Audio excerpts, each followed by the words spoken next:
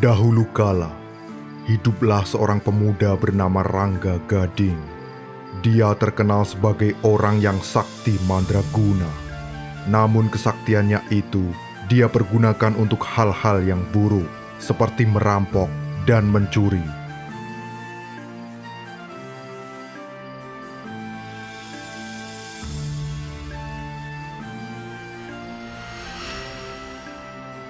Rangga Gading adalah pencuri yang amat lihai, karena dia bisa merubah tubuhnya menjadi binatang, pohon, batu, dan air.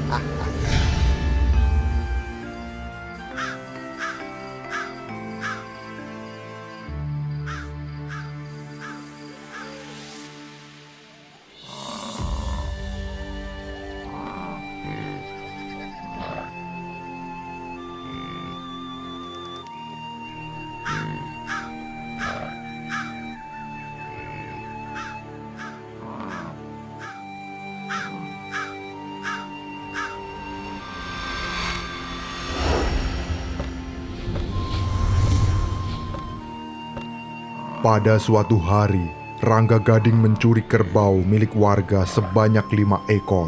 Pencurian itu sengaja dilakukan pada siang hari, hanya untuk menunjukkan kesaktian yang dimilikinya.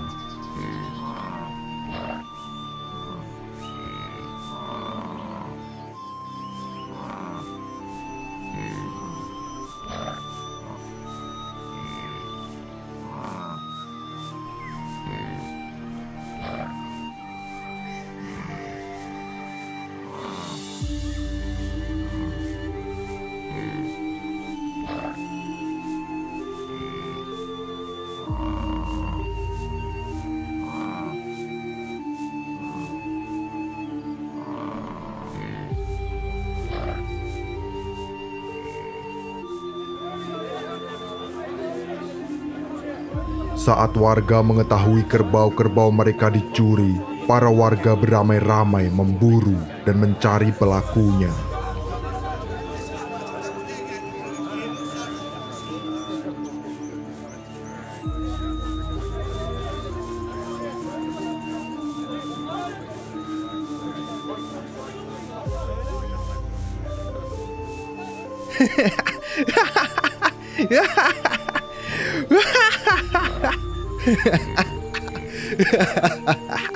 Kejarlah dan tangkap aku jika kalian bisa. Aku ada ide cemerlang. Jika ku balik kaki kerbau itu, pasti akan lebih seru.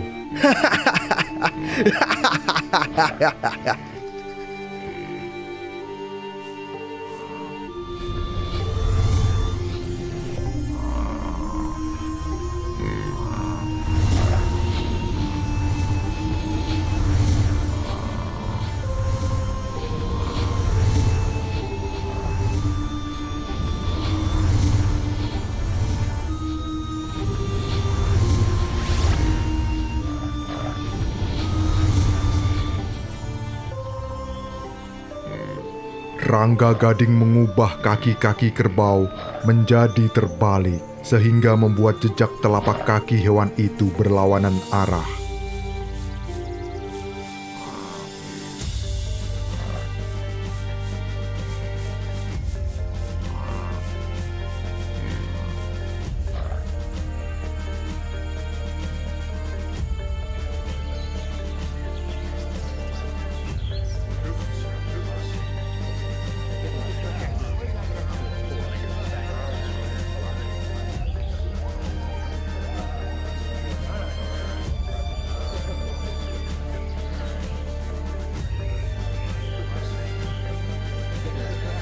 Warga yang mengikuti jejak itu tertipu. Mereka justru semakin menjauh dari para kerbau. Di mana? Di mana kerbau itu? Sedari tadi kita mengikuti jejak kaki ini, tapi tak menemukannya. Iya, sepertinya kita telah tertipu. Jejak kaki ini mengarah ke tempat para kerbau biasa merumput. Ini pasti ulah si Rangga Gading sialan itu. Tak salah lagi. Sudah. Jika kita hanya ikuti jejak ini, pasti tak pernah menemukan kerbau kita. Besok, ayo kita cari saja di pasar.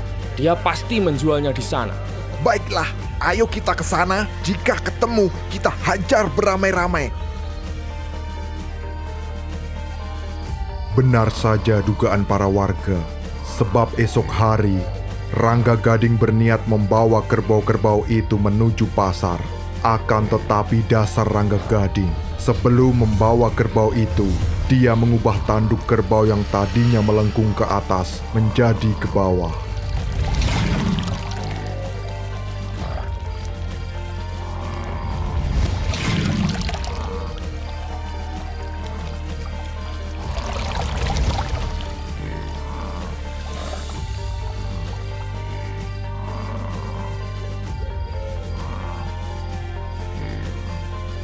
Kulit kerbau yang sebelumnya berwarna hitam diubahnya menjadi putih.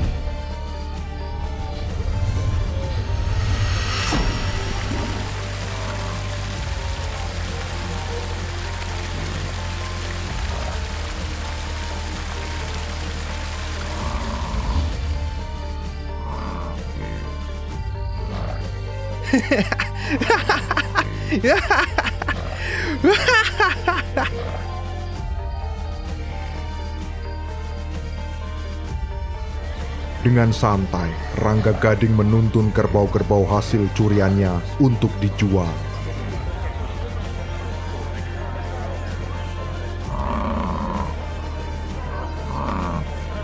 Dia tak sadar bahwa para warga beserta tetua telah mengamati gerak-geriknya dari kejauhan.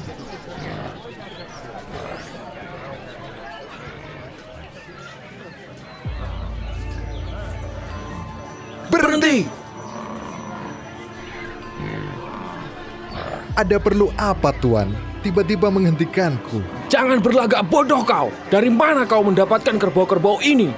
Oh, tentu saja aku memeliharanya. Mereka kupelihara dengan sepenuh hati.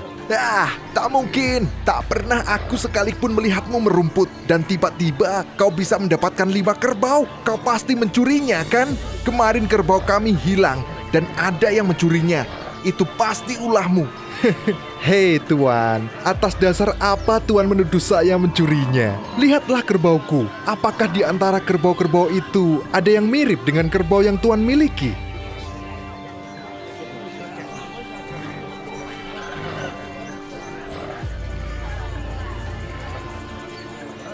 Orang-orang melihat dan mengamati kerbau yang dibawa Rangga Gading.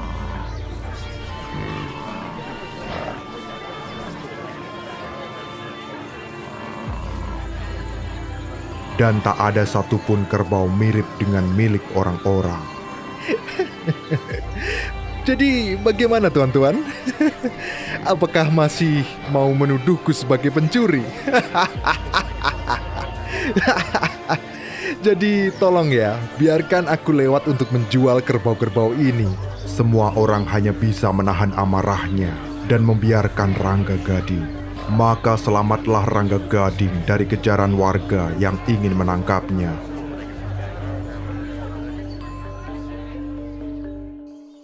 Pada suatu hari, terdengar sebuah kabar mengenai tanah keramat di desa Karangmunggal.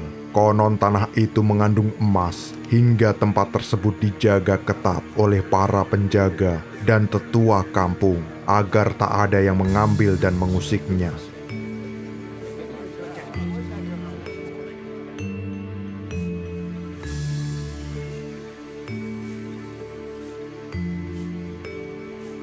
Kabar itu justru membuat Rangga Gading semakin tergiur untuk memilikinya.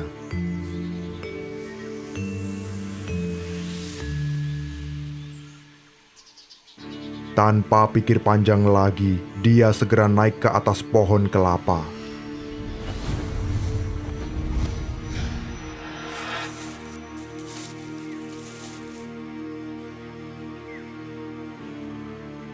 Setelah sampai di atas, dilepasnya selembar pelepah kelapa.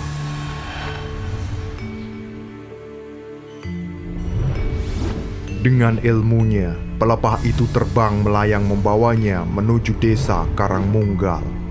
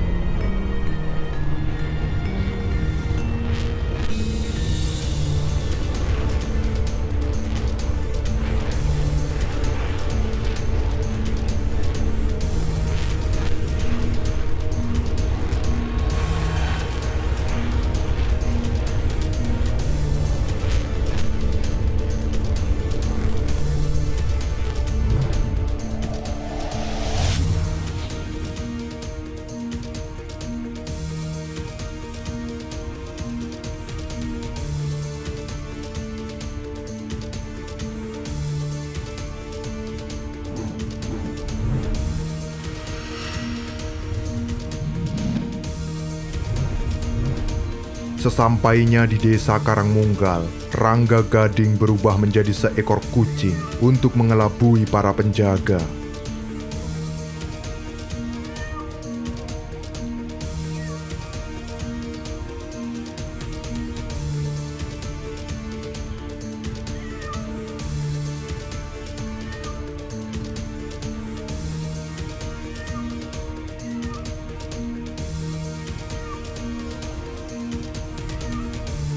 Tentu saja semua penjaga terkecoh.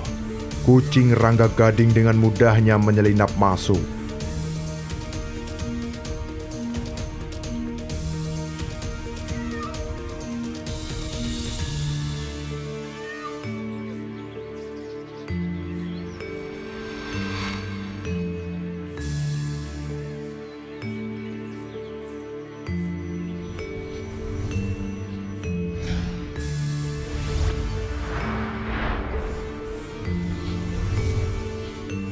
Merasa sudah aman, Rangga Gading mengubah dirinya kembali menjadi bentuk manusia.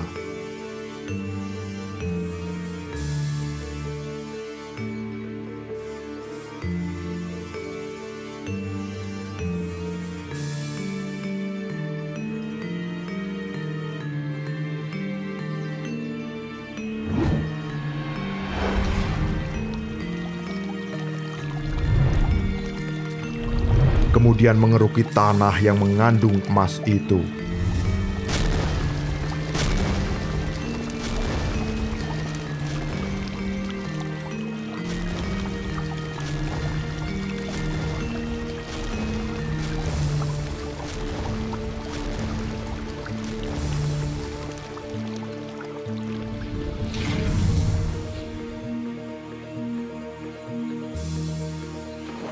Dia pun memasukkannya ke dalam karung.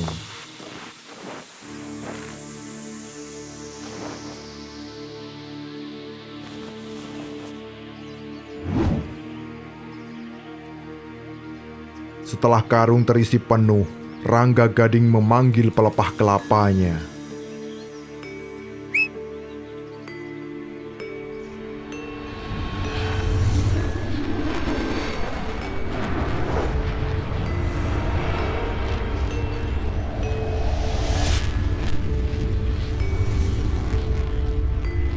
Dia segera terbang meninggalkan Karangmunggal untuk menuju tempat persembunyiannya.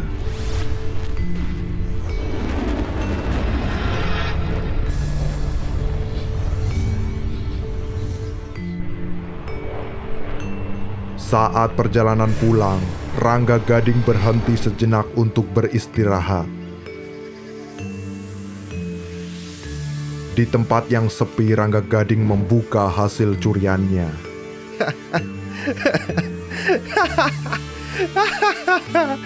Sungguh bodoh orang-orang itu, dengan mudahnya aku tipu. Akulah orang tersakti di negeri ini.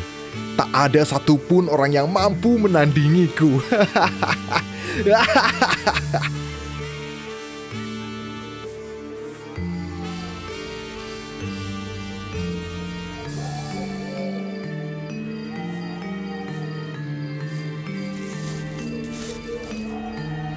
Sebelum meninggalkan tempat istirahatnya, Rangga Gading mengambil segenggam hasil curian, kemudian menaburkannya di tempat itu dengan tujuan agar menjadi tanah keramat. Sampai sekarang, konon tempat itu dikenal dengan nama Salawu, berasal dari kata sarawu atau segenggam. Kemudian Rangga Gading melanjutkan perjalanan. Di tengah perjalanan, dia merasa lelah dan memilih untuk beristirahat.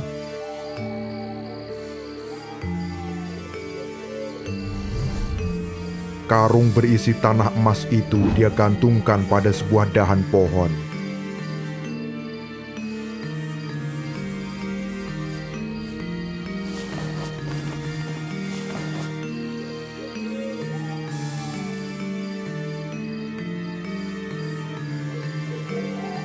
Sampai sekarang tempat itu dikenal dengan nama Kampung Karanggantungan yang terletak di Kecamatan Salawu.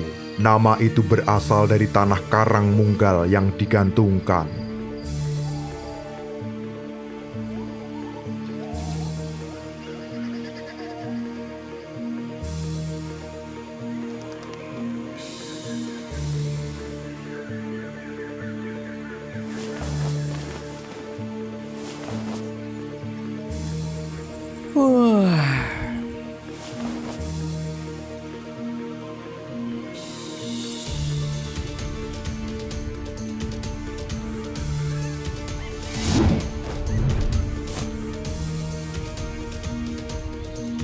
Bangun dari istirahatnya, Rangga Gading melanjutkan perjalanan.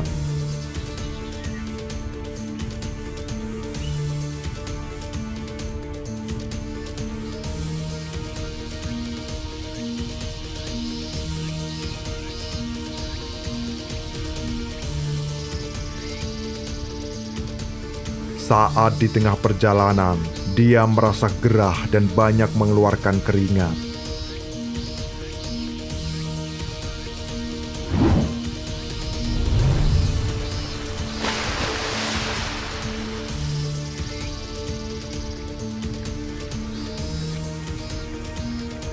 Sayup-sayup terdengar riak air dari kejauhan. Sejenak dia berpikir, mungkin dengan mandi dapat membuatnya segar kembali. Maka dicarilah sumber suara itu.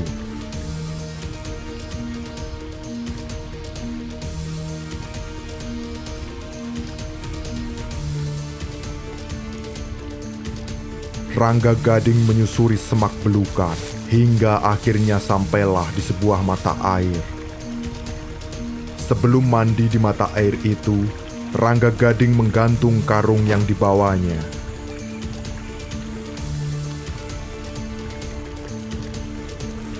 Karung itu pun berayun-ayun tertiup angin atau guntal-gantel, tak mau diam. Sampai sekarang, kampung itu dikenal dengan nama Kampung Guntal-Gantel.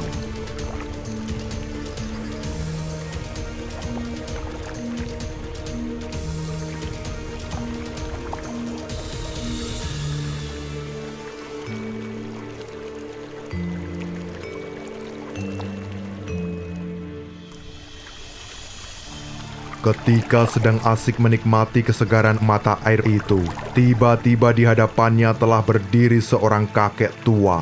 Wajahnya bercahaya dan menggunakan sorban serta jubah putih, menandakan seorang ulama yang tinggi ilmunya.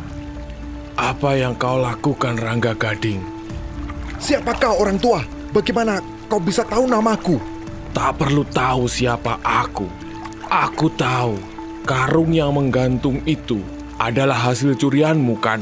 Mengapa kau melakukan perbuatan tercela itu?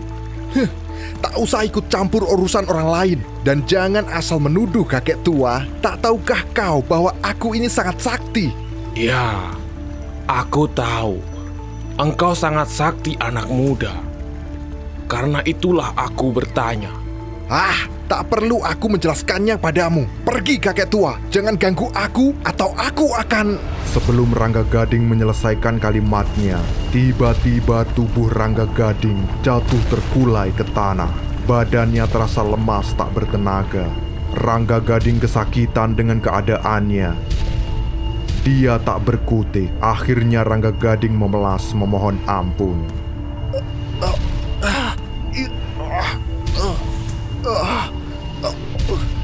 Ampun, mohon ampun kakek. Ampun.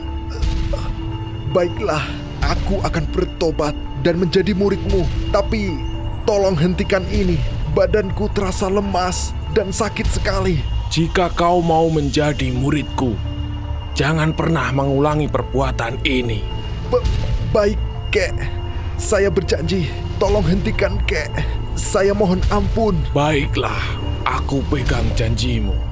Sang kakek itu pun menghentikan mantranya. Tubuh Rangga Gading pun kembali seperti sedia kala.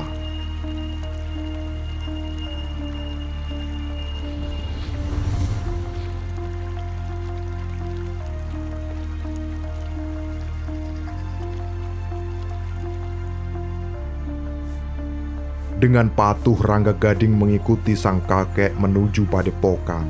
Padepokan itu milik sang kakek.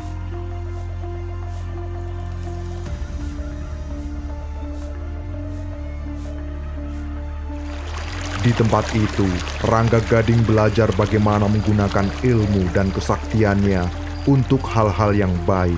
Rangga Gading belajar dengan sangat tekun.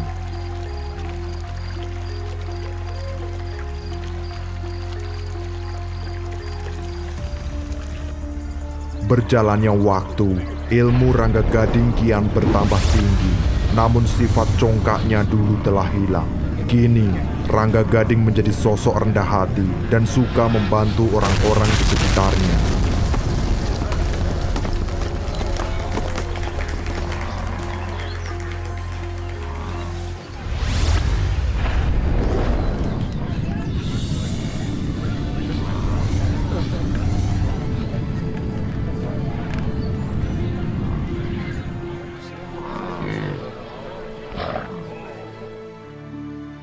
Sang kakek senang dengan perubahan tersebut, hingga suatu hari sang kakek memanggil Rangga Gading untuk memberitahukan suatu hal. Rangga Gading, ada yang ingin aku bicarakan denganmu. Sebenarnya hal ini sudah sangat lama ingin kusampaikan. Baik guru, apakah itu? Kau sudah cukup lama belajar di sini, dan kulihat kau sekarang sudah berubah menjadi orang yang lebih baik. Aku sudah tak muda lagi. Dengarkan baik-baik. Kelak jika aku telah tiada, pimpinlah padepokan ini. Bimbing orang-orang itu seperti aku membimbingmu selama ini. Tapi guru, kenapa harus saya? Saya merasa tak pantas untuk menjadi pemimpin padepokan. Karena saya kan hanyalah seorang mantan penjahat yang suka membuat keributan dan keonaran. Tidak, Rangga Gading. Hanya kau seorang yang mampu dan bisa melakukannya. Aku tahu itu. Engkau pasti mampu. Ini permintaan terakhirku. Tak ingin mengecewakan sang guru, Rangga Gading menerima tanggung jawab itu meskipun berat. Saat sang guru wafat, Rangga Gading menjadi pemimpin padepokan. Murid-muridnya semakin banyak dan padepokan tersebut semakin terkenal. Nama Rangga Gading pun dikenal banyak orang sebagai orang sakti yang baik hati. Pada suatu hari, terjadi gempa bumi di padepokan Rangga Gading.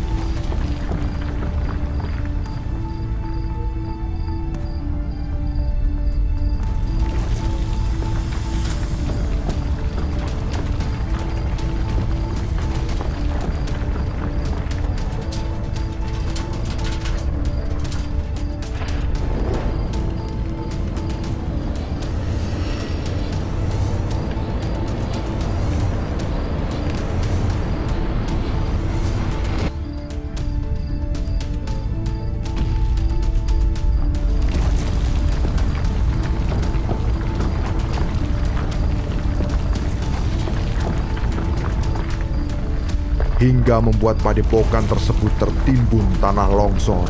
Saat kejadian bencana tanah longsor itu, murid-murid sedang tilem atau tidur.